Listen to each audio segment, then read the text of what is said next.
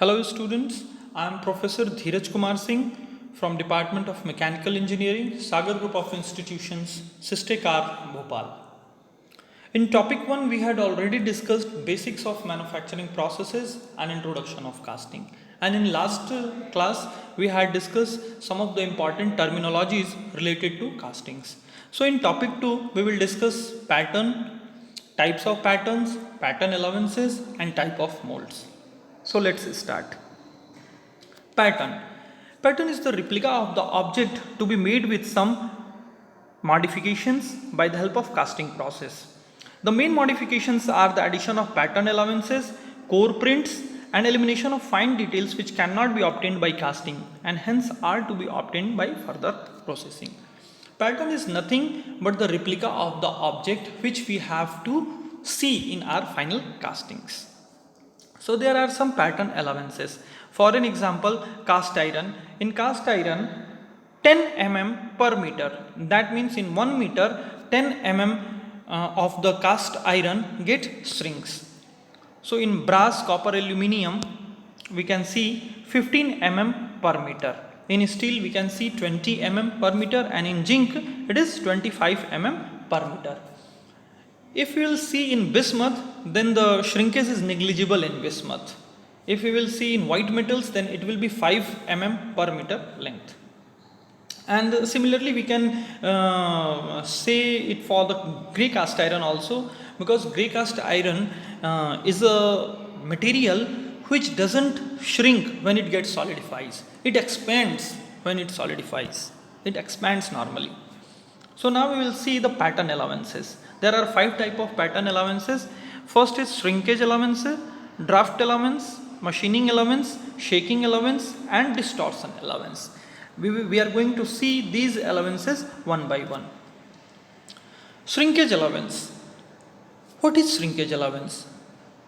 All metals shrink when cooling except bismuth, because bismuth is having negligible shrinkage allowance. That's why bismuth doesn't shrink, but all metals shrink.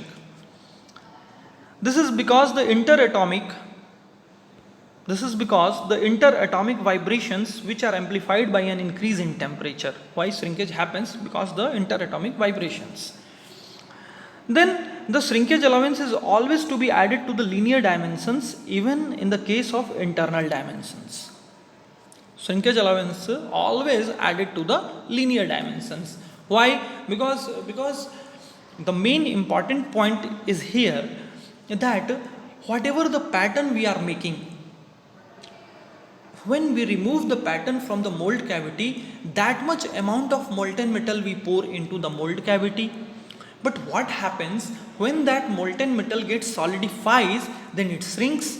That means our original casting will be small. So that's why we add some extra material into the linear dimensions of the pattern so that it can compensate the shrinkage allowance.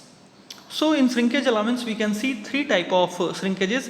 First is liquid shrinkage, second is solidification shrinkage and third is solid shrinkage.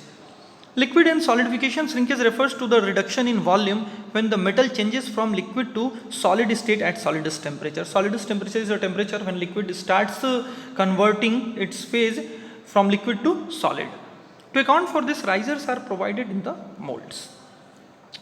So my dear students, solid shrinkage is reduction in volume caused when a metal loses temperature in the solid state.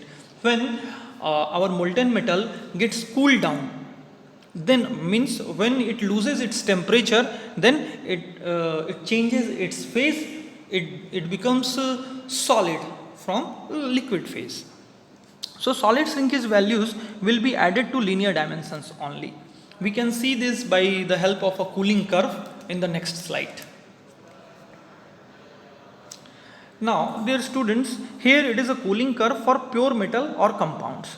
So we can see here that this graph is between temperature and time log scale, right? So what is the importance of this cooling curve? First is that this point we can see, this starting point is known as pouring temperature. This is the temperature from which we pour the molten metal into the mold cavity.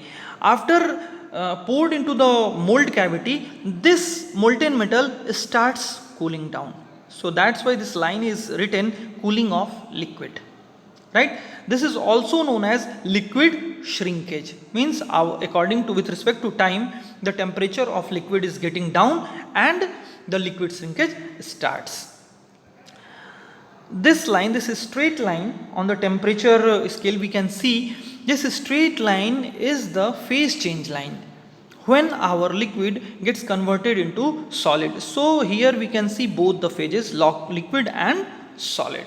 So this is also known as solidification shrinkage, and from here starts solid shrinkage. Means volume of the liquid metal gets decreased when it solidifies. So this is also known as cooling of solid. So by this diagram we can understand how the solid shrinkage or the shrinkage allowance is being given to the pure metals. Right? So we'll move to the next slide now. What is draft allowance? Draft allowance is nothing but to reduce the chances of damage of the mold cavity at the time of pattern removal. The vertical faces of the pattern are always tapered from the parting line. This provision is called draft allowance. So we can see this section of the pattern is not at all tapered. This is a straight section. So when we withdraw that straight section from the mold cavity, then it will damage the near parts, near spacing. We can see here the near spacing. We can see it will damage the parts of the mold. So for the proper removal of the pattern from the mold cavity, we have to give extra taper allowance to the pattern. So here we can see this pattern is taper. So withdrawal of this taper pattern is very easy. Inner surface of the pattern require higher draft than outer surfaces. Draft is always provided as an extra material. Now we move to machining or finish allowance. What is machining or finish allowance? Dear students, I want to discuss machining or finish allowance in very simple manner. For an example, we have made a product of casting, but when we'll take that casting from the mold, the surface of that casting is not smooth, that will be rough. So what we will do, we will perform some machining operation on that surface. So when we'll apply machining operation, then the extra material from the surface will get removed. That means the size of the original casting will become small. So for the sake of that size, for sake of that dimensional accuracy, we add some extra material in the pattern so that we can get our castings in actual dimensional accuracy when we will perform machining operation. So that is the importance of machining or finish allowance. Shake allowance. At the time of pattern removal, the pattern is wrapped all around the vertical faces to enlarge the mold cavity slightly to facilitate its removal. So for easy removal of any pattern, we provide shake allowance. Now the last allowance is distortion allowance. A metal, when it has just solidified, is weak and therefore is likely to be distortion prone. This distortion allowance basically we provide in the shapes like flat portions, U portions, V portions. So to overcome this, excess amount of material will be added to the pattern against the direction of the distortion. So distortion allowance is basically given in flat portions, U sections and V section parts. Now students, very important point, that what are the materials we can use for making pattern. So we can use wood as a pattern material. Why we can use wood as a pattern material? Because wood is not very dimensionally stable. right? Commonly used woods are white pine, mahogany, and so commonly used wood materials is teak, white pine, and mahogany wood. And wood patterns are relatively easy to make. So always we try to take that material which is readily available and which is very easy to convert into the patterns. The second is metal. Metal patterns are more expensive but are more dimensionally stable and more durable. So that's why you use metal also. So what kind of metals? Commonly used cast iron, brass, aluminum and white metal. White metal is tin based alloy. Now the third pattern material is hard plastics. Fourth is in full mold process we used expanded polystyrene, and in investment casting we use wax patterns. So in many of the casting processes we use different kind of pattern materials. We discuss the classification of castings in our topic 3. So where we will discuss investment casting, continuous casting, gravity die castings, sand casting, shell molding, all those things we will see in the classification of casting. Now we have seen pattern material, wood, metal, hard plastic. Then what are the properties a pattern material should possess? So the pattern material should be easily worked, shaped and joined, light in weight, strong and hard, durable, resistant to wear and abrasion, resistant to corrosion and to chemical reactions, dimensionally stable and unaffected by variations in temperature and humidity, and also it should be available at low cost. Now dear students, we will discuss different type of patterns. What are the type of patterns we basically use in our castings? So first is solid or single piece pattern. So these are inexpensive and are simplest type of patterns. As its name indicates, they are made of a single piece. So for simple type of castings we use solid or single piece pattern. Second is split piece pattern or two piece pattern. So this is the most widely used type of pattern for intricate castings. When the contour of the casting makes its withdrawal from the mold difficult, or when the depth of the casting is too high, then this pattern is basically used. Now third one is cope and drag pattern. So these are similar to split patterns. Basically cope and drag pattern is also similar to split pattern. Fourth one is match plate pattern. The cope and drag patterns along with the gating and the risering are mounted on a single matching metal or wooden plate on either sides. So when the gating elements are added or mounted on a single matching metal, that kind of pattern is known as match plate pattern. Then comes here the gated pattern. So gating and runner systems are integral with the pattern.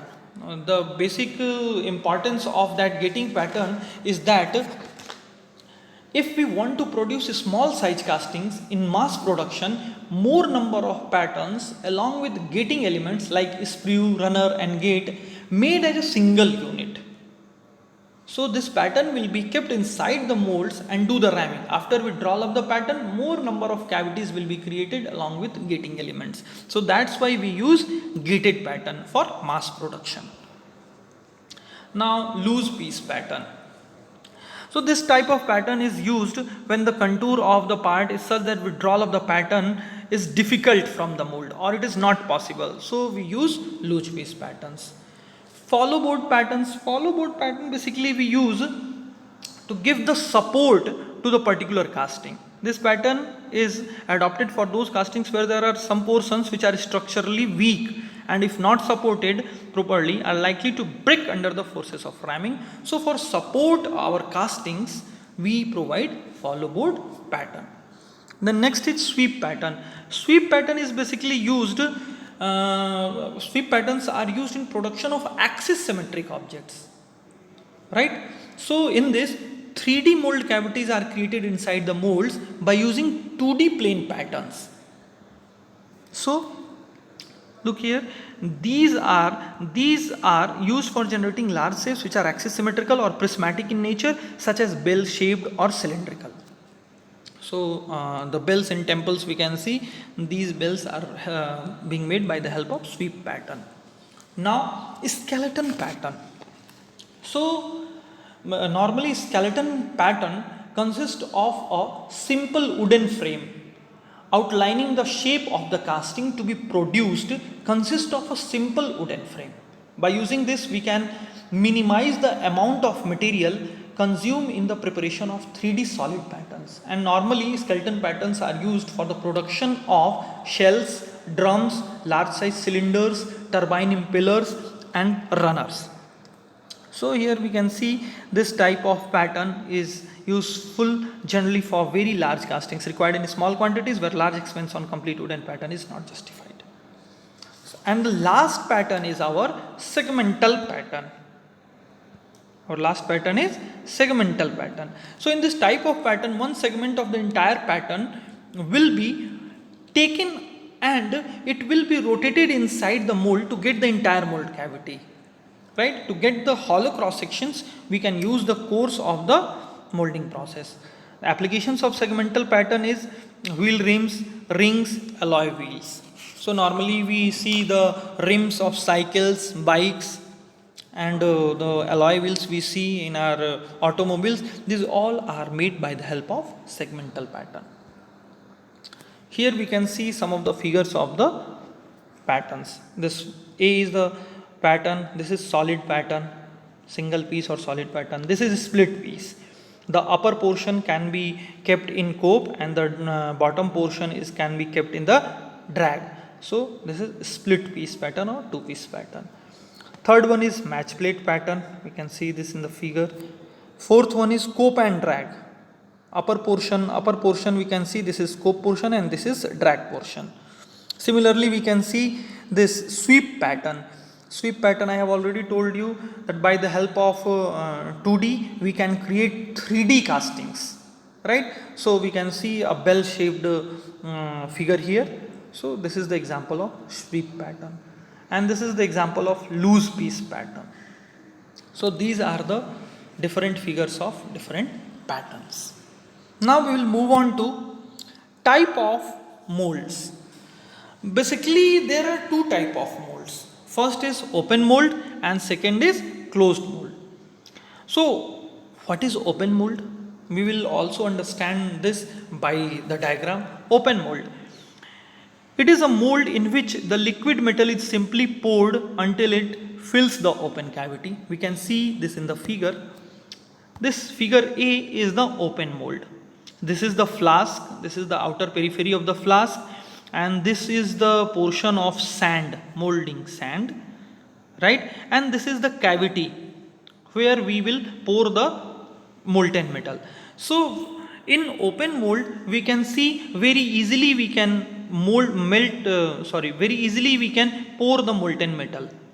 We do not have to have any different kind of space so that we can go from different paths. Directly we can pour the molten metal into this mold cavity. So this kind of molds is known as open mold, right?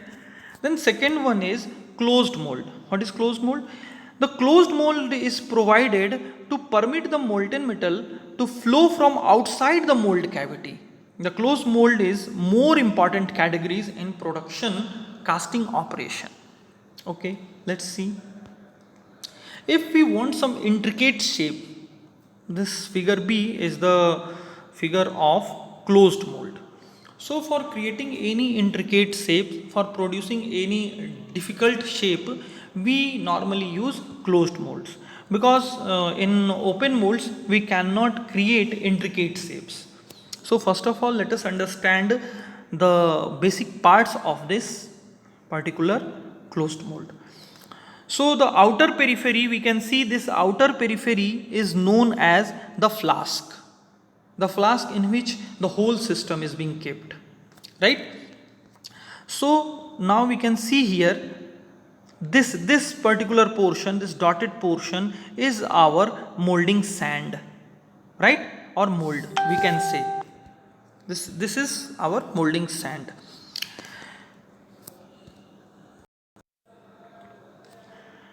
This is our pouring cup.